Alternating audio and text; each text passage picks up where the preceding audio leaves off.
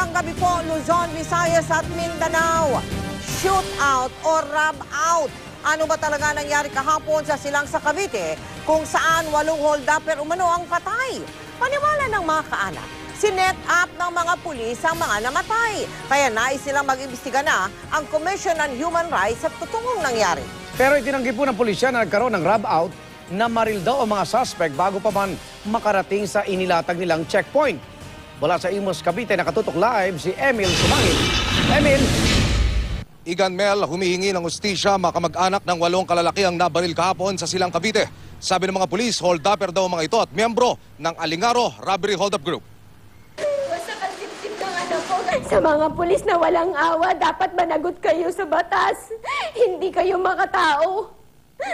Kayo pa naman ang inaasahang magtatanggol ng sambayanan natin. Bakit ganun ang ginawa niyo? Wala kayong puso. Wala kayong puso sa mga...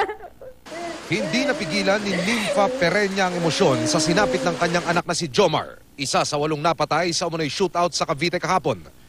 Si Pereña ay kinilalang hold-upper daw kahapon ng isa sa mga umunoy na biktima nitong PhilIndia na lumutang sa encounter site. Pero sabi ng ina ni Pereña, isang criminology student ang anak. Poultry daw ang pinagkakakitaan nila at hindi pang-hold up. Hindi makatao yung pagpatay na ginawa nila.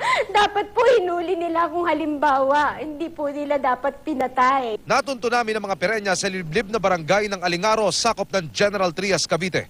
Dito rin nakatira ang 6 na iba pang mga suspect na pawang magkakamag-anak. Si Arnold Babaan naman na pinsan ni Pereña at isa rin sa mga nasawi. Isa raw magsasaka. Wala pong katunayan po yan. Hindi po yun totoo. Si Glenn Handok na isa ring kamag-anak. Driver naman daw ng emergency vehicle ng barangay. Yun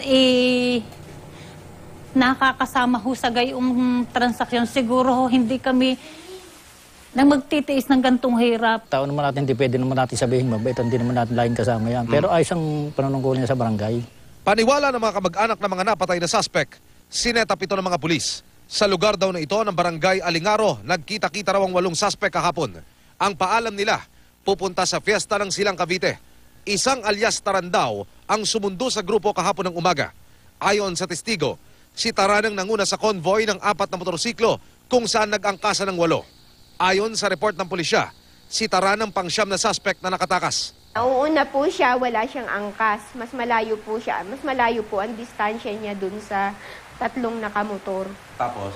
Ayun po, ang bilin niya, huwag daw didikit. Itinanggi ng Cavite Police ang bintang na sinetap ang 8 suspect. Bago pa man daw makarating sa inilatag na checkpoint ng grupo, nagpaputok na ang mga ito. Naka-establish naman yung parameters ng checkpoint, officer-led, naka-uniform, marked vehicle. Wala raw rub-out at legitimate ang police operation sa pangunguna ng tumayong ground commander, si Police Inspector Edward Cantano, hepe ng Silang Pulis. Lumaban sila sa batas yun ang nangyari. Kung huminto na lang sana sila, di na-process pa. Hinihintay pa hanggang ngayon ang ulat ng PNP SOCO. Sa Commission on Human Rights, nais na idulog na mga kaanak na mga napatay ang kanilang reklamo. Samantala, nakumpirma rin natin mula kay CHR, NCR Director Attorney Gilbert Boyser na magpapadala siya bukas ng 3-man team para matukoy kung may paglabag nga sa karapatang pantao sa nangyari kahapon. Igan. Maraming salamat, Emil Sumangil.